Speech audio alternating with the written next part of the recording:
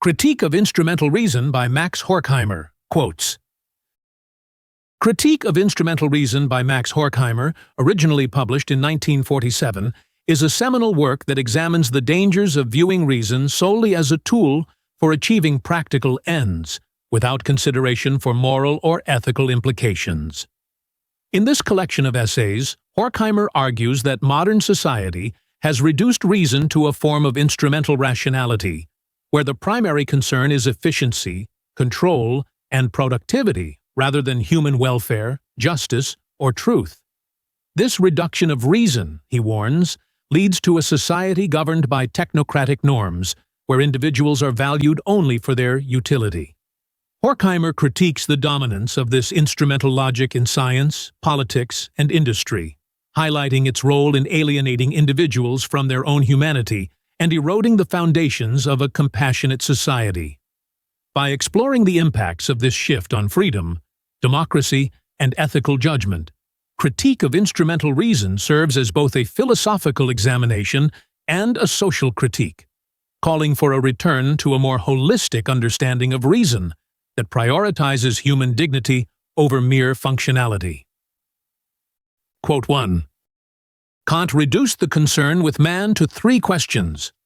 What can I know? What ought I to do? What may I hope? The third question, which is at once practical and theoretical, includes the other two. Horkheimer emphasizes Kant's deep philosophical approach that centers on the concept of man. He shows that Kant's philosophical framework is grounded in these three fundamental questions. The third question, what may I hope, connects theory and practice, reflecting the essential role of human aspiration and moral purpose in shaping knowledge and action. This highlights the moral and practical engagement with the world that Kant saw as intrinsic to human existence. Quote 2. Mastery of nature has not brought man to self-realization. On the contrary, the status quo continues to exert its objective compulsion. Here, Horkheimer critiques the failure of technological progress to fulfill human self-realization. He suggests that, despite humanity's increasing control over nature, this has not led to greater freedom or individuality. Instead, the systems of power and social structures still dominate, leaving individuals constrained by external forces. This reflects Horkheimer's pessimism about modern society's ability to deliver true autonomy and enlightenment through technological advancements alone. Quote 3. The individual is real only as part of the whole to which he belongs. His essential determinations, his character and inclination, his avocation and view of the world all have their origin in society and in his destiny within society. Horkheimer underscores the interdependence between the individual and society, arguing that no person exists in isolation. The traits that define a person's character, worldview, and behavior are deeply shaped by the social structures they are born into. This insight reveals how individuals are molded by historical and societal forces, reinforcing the view that true freedom or autonomy cannot be realized without considering the context of societal influences. Quote 4. Today, the child is much more directly thrown upon society, childhood is shortened, and the result is a human being cast in a different mold. Horkheimer reflects on the transformation of childhood in modern society. He observes that the close, personal development once fostered in families has diminished, with societal pressures now shaping children more directly and rapidly. As a result, individuals are growing up faster, losing the depth of personal decision-making and cultural development that once defined human growth. This transformation signifies the increasing influence of society's demands on individuals from an early age. Quote 5. For this reason, the struggle against the reduction of the university to a professional school is doomed to failure. Horkheimer laments the changing nature of education, particularly the university's shift from being a space for holistic personal and intellectual development to one focused purely on professional training. He argues that the broader cultural and humanistic education, once central to university life, is disappearing. This shift reflects the broader societal changes where education is now seen as a means to an economic end rather than as a path to personal cultivation and critical thought. Quote 6. The fact that through its alliance with technology, youth is regaining its ancient advantage over age signifies the removal of an historically conditioned but now untenable distinction, rather than the emergence of a new cultural quality. This quote reflects Horkheimer's observation that the relationship between age and capability has shifted with technological progress.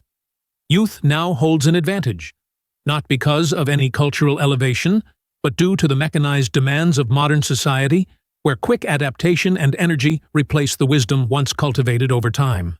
The distinction between youth and age has eroded, not through the development of a new value, but through technology's diminishing regard for experience.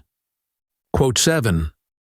Man indeed invented the machine, but this does not change the fact that the inventor's intelligence itself is becoming more like the machine's in that it must adapt itself to ever more precisely prescribed tasks. Here, Horkheimer critiques how humans, despite creating machines, are becoming mechanized themselves.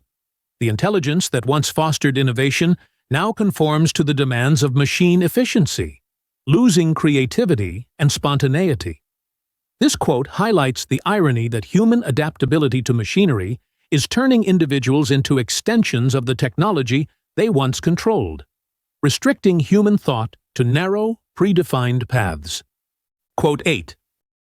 Machinery requires, for its operation no less than its invention, the kind of mentality that concentrates on the present and can dispense with memory and straying imagination. This statement reflects Horkheimer's view on how the operation of machines influences human consciousness. The focus on the immediate and the mechanical suppresses human qualities like memory and imagination, which are crucial for broader reflection and creativity. Modern life, dominated by technology, confines human thought to the present, sidelining the deeper intellectual faculties that enable self-understanding and cultural richness. Quote 9. The time society has gained through technology is organized in advance for the individual. In this passage, Horkheimer critiques how technological advancements, which should ideally free individuals from time constraints, end up controlling their time instead. The supposed liberation through shorter workdays is offset by the increasingly regulated schedules imposed by society. This reflects a paradox where technological progress, rather than granting freedom, imposes new forms of time management that diminish personal autonomy. Quote 10. Men are at bottom far less interested in being authentic and real than in being happy, even if they have forgotten what being happy means.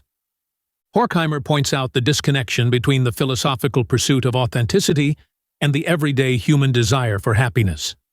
He suggests that, despite the philosophical emphasis on being authentic, people are more fundamentally driven by the pursuit of happiness. However, modern conditions have alienated them from a true understanding of what happiness entails, leaving them in a state of confusion and dissatisfaction. Quote 11. Crimes committed in the name of God are a recurrent theme in the history of Christian Europe. Horkheimer critiques how religion, specifically Christianity in Europe, has been repeatedly invoked to justify violence and persecution. He points out that while Christianity originally carried a message of justice and humility, it eventually became intertwined with power, using its influence to commit atrocities under the guise of divine will. This reflects the broader tension between the ideals of faith and the realities of its historical practice, particularly when religion merges with political authority. Quote 12. Theology has always tried to reconcile the demands of the Gospels and of power. Horkheimer suggests that theology has long been engaged in an effort to bridge the gap between the teachings of Christ and the demands of worldly power. Theologians, throughout history, have had to interpret the Gospels in ways that would justify, or at least coexist, with the social and political structures of the time. This indicates how religious doctrine is often molded to suit the practical needs of maintaining authority, thus diluting its original spiritual message. Quote 13. the Reformation introduced the era of civil liberty. Horkheimer acknowledges the significant impact of the Reformation on the development of modern ideas of civil liberty. By challenging the authority of the Catholic Church and emphasizing individual faith, the Reformation paved the way for a new social order where personal freedom and state interests became paramount. However, this new era also brought its own complexities, with religion becoming increasingly intertwined with nationalism and political agendas. Quote 14. Without God, one will try in vain to preserve absolute meaning. Horkheimer argues that without belief in God, it becomes nearly impossible to maintain the idea of absolute truth or moral meaning. In a world devoid of a divine reference point, human actions and values are reduced to mere practical conveniences, lacking any deeper significance. This reflects his concern that, in the absence of theism, society risks losing its moral compass, with deeds like rescuing the persecuted becoming devoid of their higher, selfless glory. Quote 15. Atheism was once a sign of inner independence and incredible courage, and it continues to be one in authoritarian or semi-authoritarian countries. Here, Horkheimer reflects on the historical and contemporary significance of atheism. In its earlier stages, atheism symbolized a bold rejection of oppressive religious structures, embodying a spirit of independence and critical thinking. Even today, in authoritarian regimes, it represents resistance against dominant ideologies. However, in societies where atheism has become aligned with power, it has lost its subversive edge, becoming just another tool of conformity. Quote 16. The assertion that man, unlike the brute beast, has a soul which enjoys independence of the body, has its roots in ancient Greece, rather than in Judeo-Christian sources. Horkheimer highlights that the concept of a soul, particularly one that exists independently of the body, originates from ancient Greek philosophy, rather than from Judeo-Christian teachings. This distinction suggests that much of what is traditionally thought of as religious belief may actually be the result of philosophical influences outside the theological traditions. This points to the complex origins of Western thought on the soul, blending religious and secular ideas over time. Quote 17. Science cannot accept the existence of a reality that can never be perceived by even the most delicate instruments, or of something substantial that can remain or depart without betraying its presence. Horkheimer emphasizes the scientific skepticism toward the concept of the soul, particularly its resistance to the idea of something that cannot be empirically observed or measured. Modern science, driven by physical evidence and tangible results, finds the notion of the soul, something immaterial and unobservable, untenable. This critique reflects the broader conflict between religious or metaphysical beliefs and the empirical rigor of scientific inquiry. Quote 18. Soul is becoming, in retrospect as it were, a pregnant concept, expressing all that is opposed to the indifference of the subject who is ruled by technology and destined to be a mere client. Horkheimer suggests that in modern times, the concept of the soul has come to symbolize a deeper sense of human existence that stands in contrast to the cold, mechanical nature of technological society. The soul, in this context, represents individuality, emotion, and moral depth, qualities that are increasingly marginalized in a world dominated by rationalization and automation. This is a reflection on how technology can strip life of its emotional and moral substance, leaving individuals as mere functional units. Quote 19. Young writers today reject the words God and soul. Their rebellion is typical, yet it seems to me that their rejection is truer to the meaning of the very words rejected, and manifests a greater longing for the vanished significance they once had than many professions of loyal acceptance and adherence to tradition. Horkheimer observes that while many young people reject traditional religious language and concepts like God and soul, their rejection is not mere indifference. Instead, it stems from a deep sense of disillusionment with the failure of these ideas to provide meaning in the face of modern suffering and injustice. This rejection, he argues, may actually reflect a deeper yearning for the truth and significance that those concepts once represented, more so than the superficial acceptance by those who cling to tradition without questioning it. Quote 20. The aim of psychoanalysis is said to be the capacity to work and enjoy pleasure, and I know of no clearer definition than this of the image of man toward which the development of society is moving. Here, Horkheimer critiques how psychoanalysis, once a field concerned with the depths of the human psyche, has become aligned with the functional goals of modern society. Its focus on enabling individuals to work and find pleasure mirrors the instrumental view of humanity, where the value of life is reduced to productivity and enjoyment. This reflects a broader concern that even psychological fields are being shaped by the demands of capitalist society, prioritizing efficiency and satisfaction over deeper existential or spiritual concerns. Quote 21. What is up to date in this sense is what happens to be considered valid as a result of the interaction between material, relatively spontaneous, interests, and manipulated, secret, and avowed ones. Horkheimer reflects on the concept of being up to date and how it is shaped by both overt and covert interests in society. He suggests that what is regarded as current or valid is not necessarily based on truth, but is influenced by various hidden agendas, market demands, and spontaneous social forces. This emphasizes how cultural trends and public opinion can be controlled, even manipulated, by deeper, often unspoken forces. Quote 22. He took technical, economic, and social improvements into account, but from the very beginning, he also perceived their consequences: blind devotion to success and a setback for a peaceful course of events. Horkheimer highlights Schopenhauer's foresight in recognizing that while technological and social advancements could bring material progress, they also fostered an obsession with success at any cost, potentially derailing peace and moral development.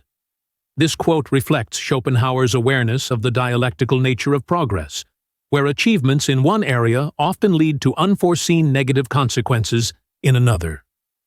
Quote 23. The state is no moral institution, it rests on force. In this quote, Schopenhauer expresses his view that the state, rather than being a moral authority, is fundamentally based on power and coercion. Horkheimer presents Schopenhauer's skepticism of the state's moral legitimacy, suggesting that its true function is to maintain order through force, not to uphold any higher ethical standards. This critique challenges idealistic views of the state as a protector of moral values. Quote 24. Degrees of reality are not degrees of perfection. Horkheimer encapsulates Schopenhauer's radical break with traditional metaphysics by asserting that reality and moral goodness are not inherently connected. Schopenhauer rejected the idea that the more real something is, the more good or perfect it must be. This departure from previous philosophical traditions challenges the assumption that being aligned with reality automatically leads to ethical or moral insight. Quote 25. Schopenhauer's theory of consciousness as a small part of the psyche, by which it is used as a tool, not to mention his many particular observations of normal and pathological psychology, anticipates the basic principle of modern psychoanalysis. Horkheimer reflects on Schopenhauer's understanding of consciousness, noting that he saw it as merely a tool of the psyche, driven by the deeper and more primal forces of the will. Schopenhauer's insights, which predate Freud, suggest that the intellect serves the ongoing desires of the will, constantly striving for satisfaction. This anticipation of psychoanalytic thought underlines the significance of unconscious drives in shaping human behavior and consciousness. Quote 26.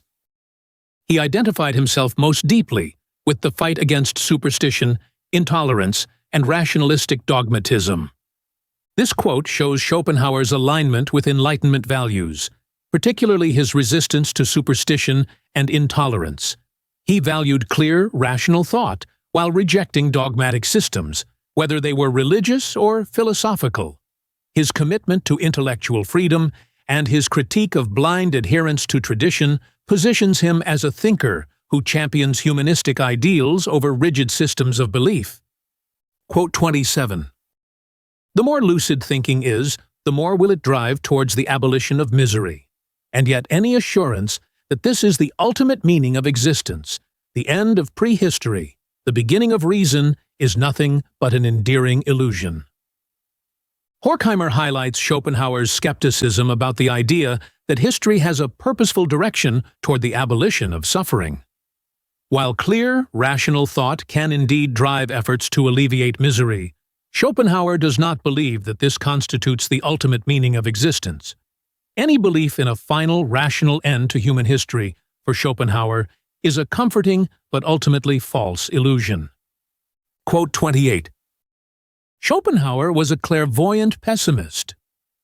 Horkheimer describes Schopenhauer as a philosopher who could foresee the darker trajectory of history with remarkable accuracy. His pessimism allowed him to predict the rise of nationalism, war, and destructive forces, which would dominate the 20th century. This pessimism, grounded in a deep understanding of human nature, gives Schopenhauer's philosophy a prophetic and modern relevance. Quote 29. Now I can be clearer about why Schopenhauer is the teacher for modern times. The doctrine of blind will as an eternal force removes from the world the treacherous gold foil which the old metaphysics had given it. Horkheimer explains why Schopenhauer's philosophy resonates so deeply with the modern world. By stripping away the comforting illusions of old metaphysical systems, Schopenhauer exposes the blind, irrational will as the driving force of existence. This view of life without false hope or transcendental meaning is what makes his philosophy uniquely suited to an age that has lost faith in idealistic or metaphysical constructs. Quote 30. The image of marriage that was generally regarded as correct around the turn of the century, as well as various ideas connected with marriage, from its holiness to the hierarchy of husband, wife, and children, have long since been relativized by serious thinkers. Horkheimer notes that traditional views of marriage, including its sanctity and established family roles, have been increasingly questioned by modern thinkers. What was once seen as an unquestionable institution with defined roles has now been re-evaluated in the context of social and cultural changes. This shift reflects the evolving nature of marriage as a social construct, rather than a fixed, eternal ideal. Quote 31. Monogamous marriage, but with the exclusion of incest, is the mark of modern Western civilization. Horkheimer emphasizes the centrality of monogamy as the defining feature of marriage in modern Western societies, distinguishing it from other forms found in history and across different cultures. He underscores how the legal and moral framework of the West places importance on this particular structure, which has shaped social and familial relations in profound ways, though it remains a historically specific and culturally contingent model. Quote 32. The nuclear family is but one factor in the spread of the lonely crowd, and in the loneliness to be found in a nation-centered society. Here, Horkheimer points out the increasing isolation that has come with the rise of the nuclear family in modern society. As extended family structures fade, individuals are left more disconnected from larger familial and communal networks, leading to a sense of loneliness in a society that prioritizes national identity over personal, familial bonds. This reflects his critique of the atomization of individuals in modern life. Quote 33. The phenomenon of thinkers attempting to give a precise description of the perfect society did not first arise in the 16th century, when Thomas More coined the word that has since been taken over by the European languages. Horkheimer acknowledges that the human pursuit of imagining a perfect society, or utopia, has ancient roots, long before Thomas More formalized the concept. This drive to envision an idealized social order has been a recurring theme in philosophy, suggesting a deep-seated human desire to transcend the imperfections of existing societies. Utopian thinking reflects the dissatisfaction with current realities and the hope for a better future. Quote 34. Like life generally, marriage is on its way to becoming more rational, utilitarian, and prosaic. Horkheimer predicts that marriage, much like other aspects of modern life, is losing its emotional and spiritual depth, becoming increasingly rational and functional. As marriage becomes more about practical concerns, economic stability, social order, its romantic and unique elements are diminished. This mirrors the broader trend in society toward pragmatism and efficiency at the expense of personal meaning and emotional connection. Quote 35.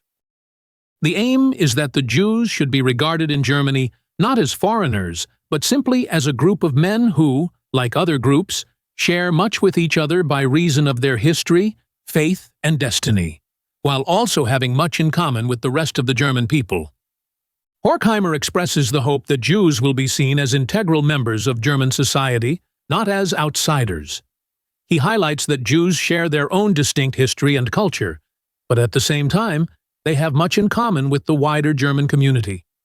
This vision advocates for a pluralistic society where differences are respected and individuals are treated equally, moving away from the notion of Jews as perpetual foreigners. Quote 36. At the end of the modern age, the nation has set itself up as the universal idol in place of the Most High. Horkheimer critiques the rise of nationalism, arguing that the nation has become an almost religious object of worship, replacing spiritual or higher values.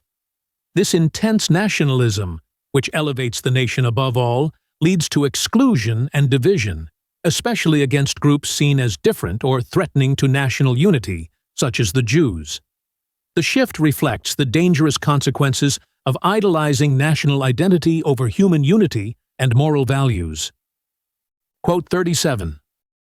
Repentance is a matter for the individual person. It presupposes that all are citizens and have the right to be different. Horkheimer emphasizes the personal nature of repentance, noting that it is rooted in the individual's moral consciousness, and assumes a society where people are free to be themselves without persecution.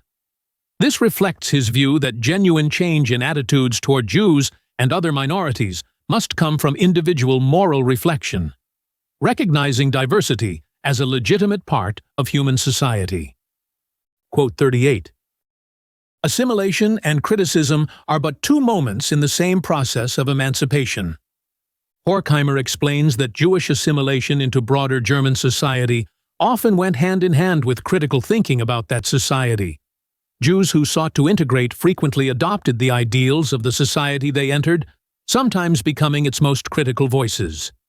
This reflects the complex role of Jews in German intellectual life, where their efforts to belong often sharpened their critiques of societal failings. Quote 39.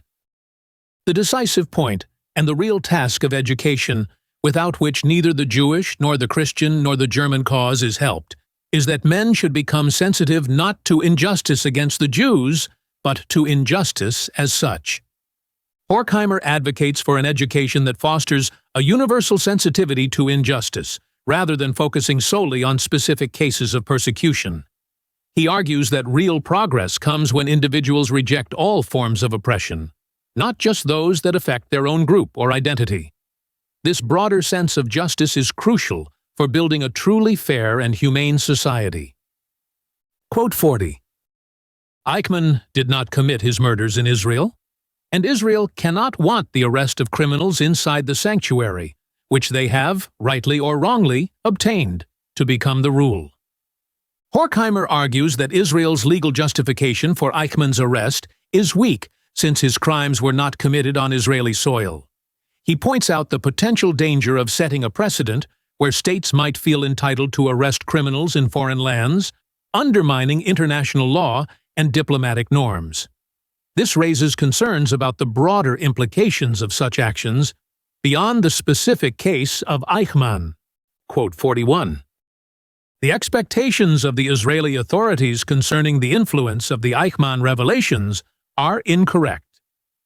Horkheimer expresses doubt about the Israeli government's belief that Eichmann's trial will educate future generations about the horrors of the Holocaust. He argues that relying on sensationalist media coverage of the trial, rather than solid historical scholarship, may trivialize the gravity of the events, making them seem more like fleeting headlines rather than ingrained lessons in human history. This suggests that such trials might not achieve their intended educational goals. Quote 42. The very idea that Eichmann could atone for his deeds according to a human standard and the sentence of a human judge is a mockery of the sacrifice the Jews made. Horkheimer rejects the concept of reparation in Eichmann's case, arguing that no human punishment can truly compensate for the atrocities committed against the Jews. The notion that Eichmann could somehow make amends for his crimes through a trial and sentence is, in his view, grotesque, as it diminishes the immense suffering of the Holocaust victims. This critique highlights the inadequacy of conventional justice in addressing such overwhelming crimes. Quote 43. The refusal to accept violence as a proof of the truth is a perennial trait in Jewish history, and Judaism has turned the suffering it endured in consequence of this refusal into a factor in its own unity and permanence. Horkheimer reflects on the Jewish tradition of rejecting violence as a means of asserting truth, even when faced with persecution. He notes that Jewish history has transformed this suffering into a source of inner strength and solidarity. This cultural resilience, built through centuries of enduring injustice without resorting to violence, becomes a defining aspect of Jewish identity, deeply tied to the community's survival. Quote 44. The trial is a repetition. Eichmann will cause harm a second time. Horkheimer concludes that the Eichmann trial, rather than delivering justice or education, will inadvertently perpetuate the harm caused by his crimes. He believes the trial serves no productive purpose, as it risks reigniting painful memories and offering little in terms of true healing or understanding. This cynical outlook suggests that Eichmann's actions will continue to inflict damage, even through the process intended to hold him accountable. Quote 45. The readiness to see in the other a potential buyer, the inclination to serve and please, were habitual throughout wide strata of society. Horkheimer describes how, in the bourgeois society, the instinct to cater to and satisfy customers became ingrained in people's behavior. This attitude was widespread, reflecting how deeply the economic and social system had shaped interpersonal relationships. The service-oriented mindset, whether genuine or utilitarian, was a defining characteristic of the marketplace, emphasizing the importance of customer satisfaction in social and commercial interactions. Quote 46. The customer is a subject, but he is now to some extent a self-supporting subject. He must quickly orient himself, know his way around among the current standardized brands, and react promptly as though he were working in a factory. Horkheimer points out the shift in the customer's role from being served to being more independent in a highly standardized, automated market. Modern consumers must navigate a world of mass-produced goods with minimal guidance, reflecting how the individual is becoming more like a cog in the broader machine of the economy. This transformation highlights the increasing depersonalization of commerce, where efficiency and self-service replace the traditional relationship between customer and seller. Quote 47. The development of advertising is hastening the process of monopolization which it expresses, and is at the same time freeing an important social activity from its dependence on the amiability of any individual seller. Horkheimer critiques the rise of advertising, noting how it contributes to the concentration of economic power by promoting monopolies. Advertising shifts the focus from personal interactions with sellers to mass marketing, making personal service less relevant. The individual charm of a seller is replaced by strategically crafted advertisements, reflecting how commerce is becoming more impersonal and mechanized. Quote 48. The specialist, as purveyor of advanced skills, is radically out of place in a market economy. He rather points, on the one hand, to a bygone day when the priest alone knew how to achieve the goals everyone was striving for, and, on the other, to a future in which an unimaginably complicated social mechanism will operate without friction, and the very idea of individual freedom and autonomy will be outdated and meaningless. Horkheimer compares modern specialists to priests of the past, suggesting that their role transcends the traditional marketplace. The increasing reliance on specialists signals a future where complex social systems function smoothly, but at the cost of individual freedom.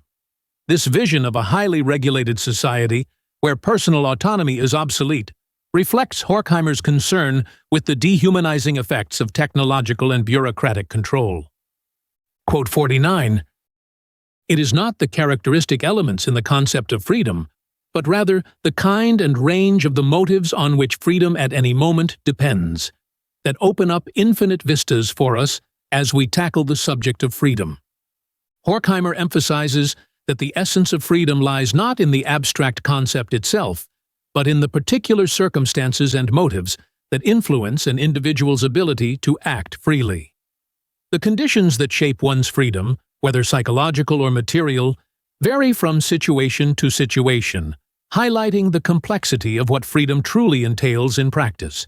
This reflects the ever-changing nature of freedom depending on the context in which it is exercised. Quote 50.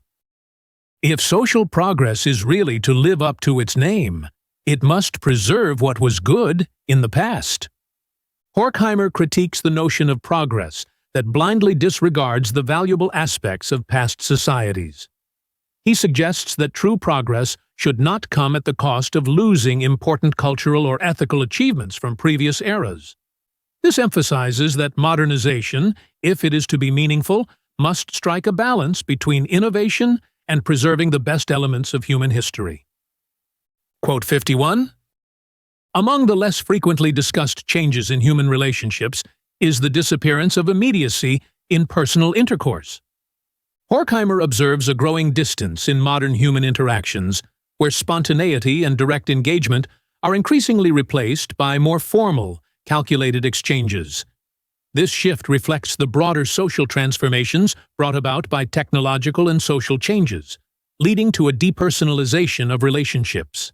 The loss of immediacy in personal connections signifies a decline in authentic human interaction, which is increasingly mediated by external structures. Quote 52. One effect of this development is that the great words, even the religious and national words, including freedom, lose their meaning. Horkheimer reflects on how words that once carried profound significance, such as freedom and honesty, have become hollow and conventional in modern discourse. Overuse and commercialization of these terms have stripped them of their deeper moral and philosophical weight, turning them into mere clichés. This devaluation of important concepts contributes to the erosion of genuine communication and meaning in society. Quote 53.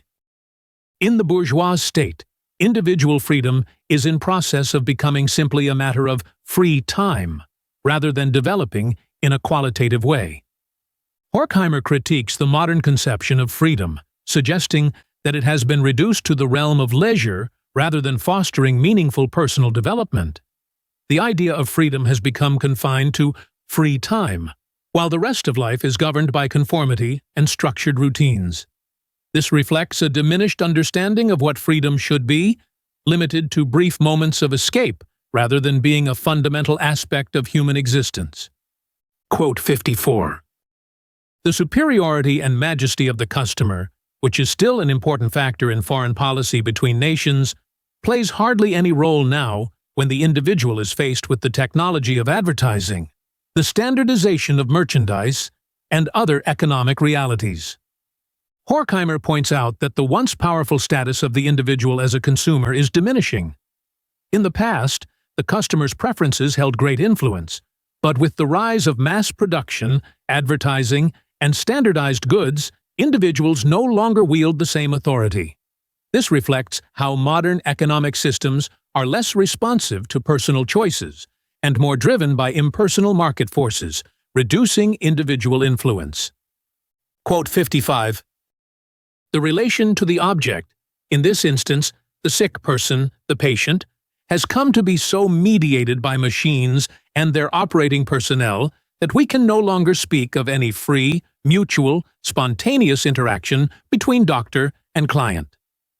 Horkheimer highlights the depersonalization of the medical profession, where technological advances have replaced the direct personal interaction between doctor and patient.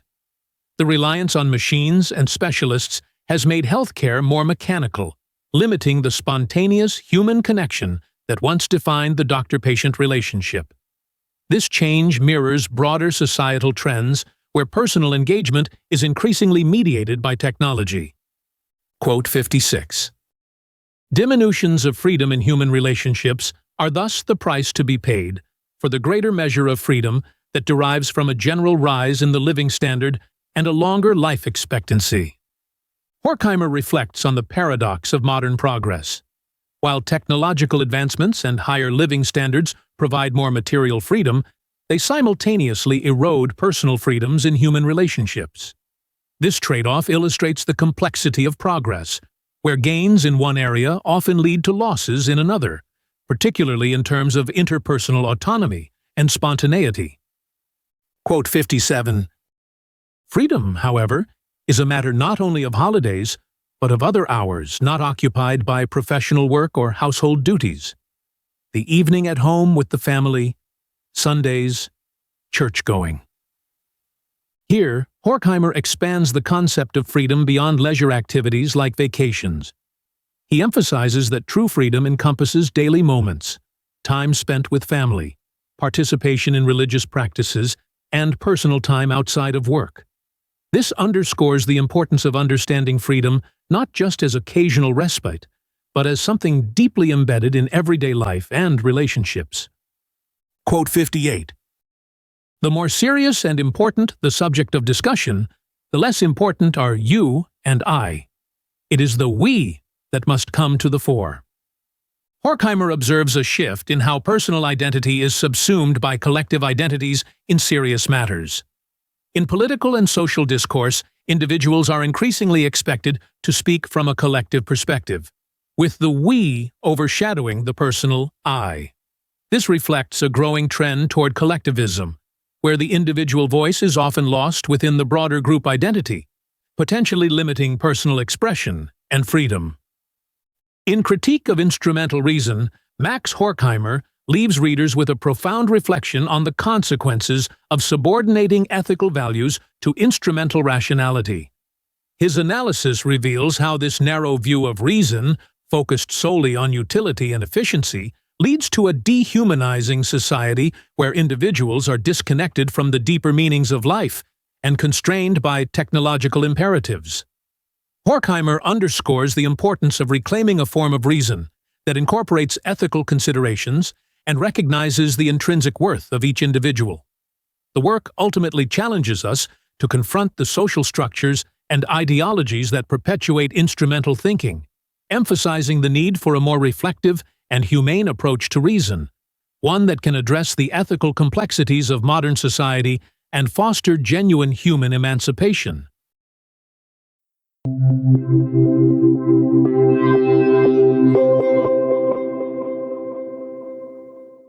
Curious to dive into the mind of Max Horkheimer?